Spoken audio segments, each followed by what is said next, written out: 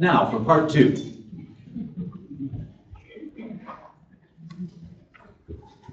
This past spring, with our Diocesan Standing Committee, I undertook a mutual study of ministry.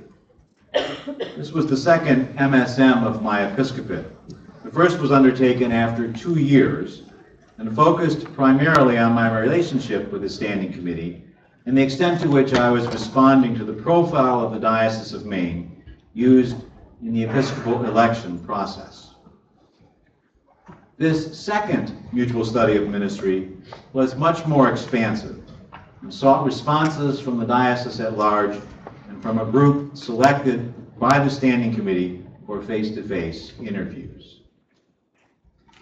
The MSM sought to evaluate two things: the extent to which the diocese at large understands the work of adaptive change, and secondly, perceptions about the relationship between the congregations and the bishop and his office.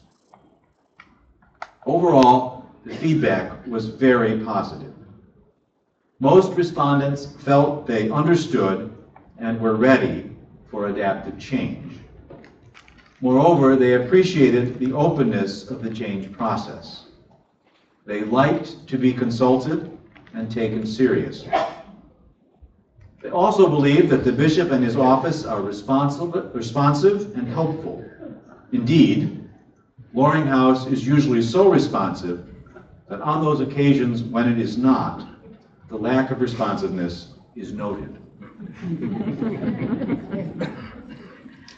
Beneath all of this positive feedback were some nuances that I believe are important for the work we are doing together at this convention and beyond. The first is that although folks in the diocese are glad to be consulted, they are not always glad to make decisions. That may be simple resistance, normal resistance to making hard decisions, but it may also reflect the other nuance, the desire for the bishop to give a stronger sense of direction. Are there things the bishop might do to shape and to move the process of change that gives a stronger sense of the direction in which we're going and the decisions that need to be made? This question has occupied my attention for much of the last 3 months. To put it another way, we could say that currently Loring House is a diocesan service center. We provide and perform services that maintain congregations. These services include payroll, financial and investment services, provision of supply clergy, maintenance of the clergy deployment system, diocesan youth ministry, etc., etc. The question is, are these the services and programs that our congregations actually need? Do they move the congregations forward in terms of adapting to the new world around them? Rather than providing maintenance services, might it not be better for Loring House to work with congregations in asking what Jesus is calling them to do now? One of the important purposes of a bishop's address is to offer a snapshot of the state of the diocese. As the work we are undertaking at this convention makes abundantly clear, the state of the diocese is mixed. We are with great joy welcoming St. Columba's Booth Bay as a parish of the diocese after many years as a mission. St. Columba's has retired its indebtedness, increased its stewardship, advanced its ministries, called a new rector. It has even grown a bit. At the same time, we are with great sadness bidding farewell to the life and ministry of St. Matthias Richmond, which fell prey to advancing age, declining membership, and a moribund economy, despite the faithful efforts of many to revitalize it. We are witnessing, on the one hand, the success of some new ventures, some new ways of working together. For example, the partnerships between Brewer and Old Town, Wynn and Millinocket, Bar Harbor and Southwest Harbor, Bath and Wiscasset, Cape Elizabeth, and Trinity and St. Peter's, Portland. And on the other hand, we are adopting a budget that is more than $100,000 less than last year. We've attracted some new priests to the diocese, and we've struggled to place several of the priests we've ordained in the last couple of years. We have congregations erecting new buildings, and congregations that can't afford to heat the buildings they already have. There is an appetite for ministry in nearly every congregation, but the capacity or the willingness to convert that appetite to a feast varies immensely. A snapshot of the Diocese of Maine is a very mixed picture. I'd like to say to you this afternoon that we have halted the downward slide that began 4 years ago. And I think we've done some very good work. But we have not halted the slide. As my canons and the chair of the Finance Committee have reminded me repeatedly this fall, we are still spending most of our time with technical fixes and not enough time addressing the changes we need to make for the future of the Church. We are, even in our most adventurous and ambitious thinking, still deeply wed to the picture and practices of the Church we grew up in, a Church that no longer exists. If I asked you today to describe the default future of your congregation, that is, the future if no changes are made, if I asked you to describe the default future of your congregation or of the Episcopal Church, I think you could describe it to me in some detail. You could describe with considerable accuracy what's going to happen next year or in the next 5 or 10 years. You could point to the key factors and the critical decision points that would result in the default future. As I hear our clergy and lay leaders talking about the default future of their congregations, it is some version of a story of inevitable decline and loss. A courageous community of people trying very hard to sustain important ministries with inadequate financial resources. Congregations succumbing to the losses associated with aging members. We can tell that story because the future we anticipate is rooted in our past experience, is always shaped by the experience we've had to date. Even the language we use to describe the future is circumscribed by our experience, so that we don't actually have words to describe a future other than the default future. What we need, really, as a church, is a new language, a new conversation that can help us describe a future different from the default future. Language that compels us to speak of a church different from the one we know now, the one that's in inevitable decline. We need to talk about our life together in a different way.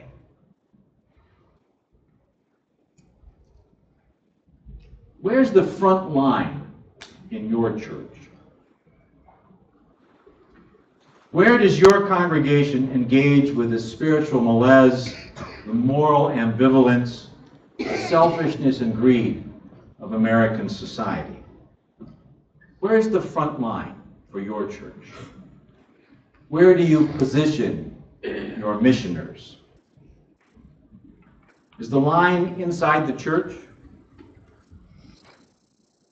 Is it at the front door? Is it at the edge of the church property? Is it someplace out in your community? Where do you meet with the foes of the reign of God? And where do you treat the wounded?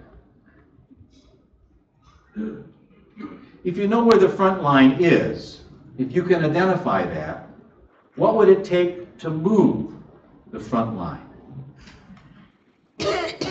More important, what would it take for you to commit to moving the front line? How would you move the field of operations from inside the building to the people downtown or the people hidden in the countryside?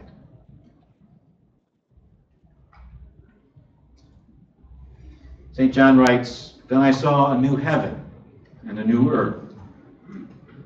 For the first heaven and the first earth had passed away, and the sea was no more.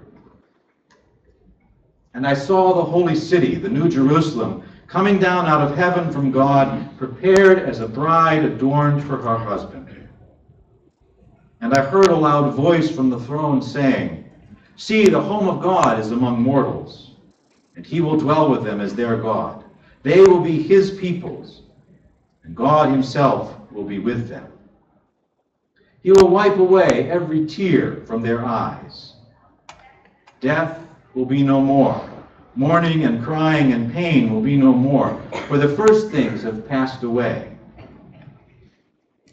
And the one who was seated on the throne said, 'See, I am making all things new.'" The vision of John in the book of Revelation is not of a modified universe.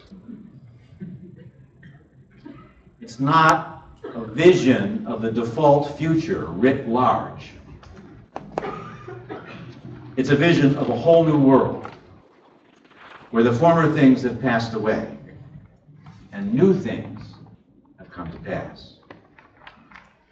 It's a world where genuine community grows out of shared ministry and shared hope, and where there is harmony not only within the church, much to be desired, to be sure, but with all of God's creation.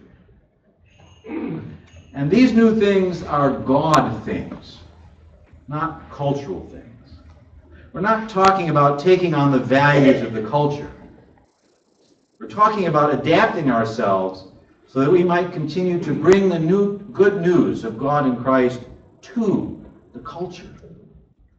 A culture which largely no longer hears us. When we began this work in 2009, I remarked that the two things that need for us to continue to be identifiably Episcopalians, the two things that we need to continue for us to be identifiably Episcopalian, are liturgical worship according to the Book of Common Prayer and participation in God's mission to reconcile the world to God's self. Nothing has changed my mind about that. How can we bring that worship and that mission to the world around us? That's the question. The Episcopal Church of the future will not be a church of small, tidily kept, freestanding campuses. Indeed, there may be no campuses at all. Diocese of Western Kansas is seriously considering what it would mean to be a diocese with no church buildings, just ministering congregations. The church of the future will be much more deeply related to and responsive to its surrounding community. The front line will be so far out the door that the place where the church ends and the community begins will be difficult to determine. And the ministry that is carried on will be so essential to the community that that community will be able to name it and to consider itself a part of it. So what would that look like where you are? What's the ministry your congregation does that is so essential to the life of your community that the community can name it? If I were to walk down the main street of your town and ask a passerby to name the Episcopal Church and what it does for the community, what would that person say to me? I think that the only way we can address the question is for each congregation to begin a conversation that moves from a description of the default future to an engagement in a ministry of such importance and vitality that every one of us would be willing to commit to it. It's a conversation that has to take place around every vestry table and across every pew. It's a conversation that will require the best efforts of local leaders and the full commitment of diocesan staff and resources. It's a conversation that will require education and training, spiritual formation, and leadership development. It's a conversation I hope that we will begin today here at this convention and will carry back to each of our home congregations.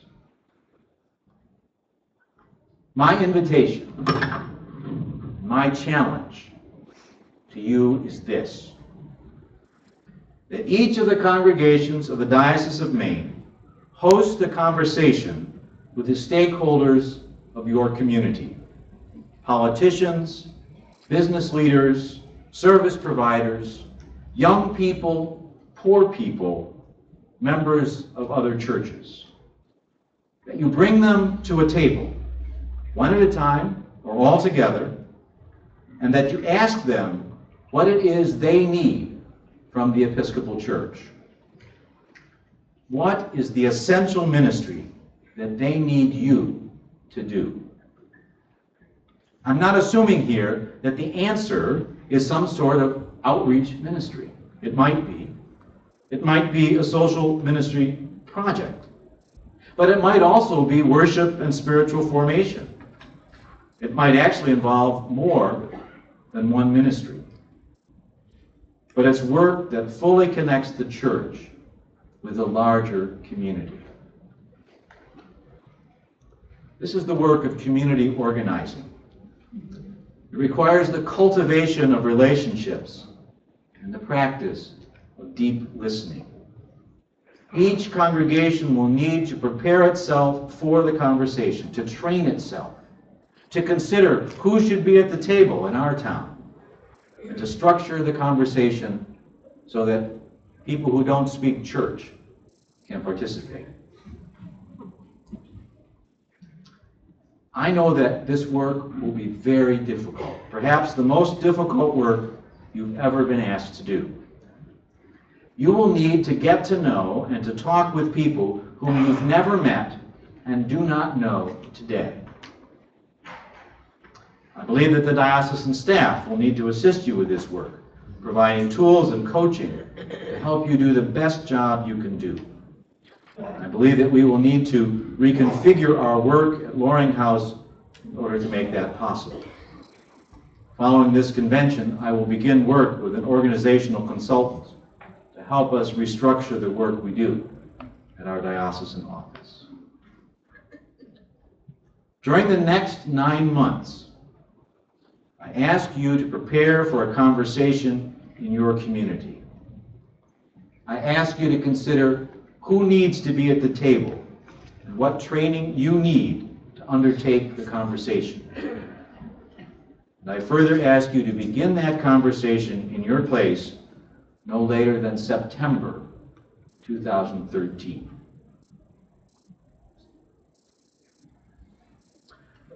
I believe God is calling us out of ourselves and out of our doors into deeper relationships with God's people. As William Temple once famously said, the church exists for those who do not yet belong. It's not about taking care of ourselves. Never has been, never will be. It's about taking care of God's world. The church exists for those who do not yet belong. And until we are engaged with them, until we hear from them their deepest longings, we will not have language to move beyond institutional maintenance to adaptive change. Because we're only going to speak church to one another. We need to speak a new tongue. We will not have language for change until we talk with people who change us. We don't even know how to describe our own future. Our task, I believe with all my heart, is not to get other people in here with us. That's not our job. Our job is to go out to them and to discover what God is up to already. I believe that God is already at work in God's world, out there ahead of us, and waiting for us to join in.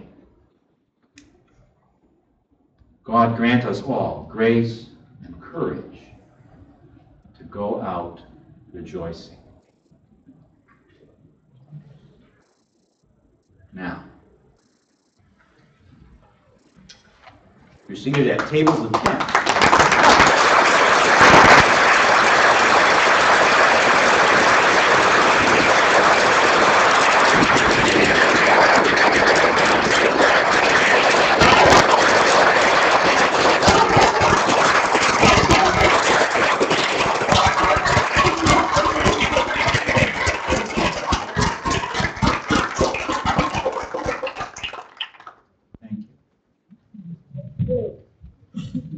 You're seated at tables of 10, and by design, you're in parish groups, and in some tables there's more than one parish group, and some parishes are spread across tables, and all that's good, because we want now, for the next, what time is it? So next 45 minutes, please, at your tables, to answer 3 questions, to talk with each other and answer 3 questions. The questions are going to go up on the screen.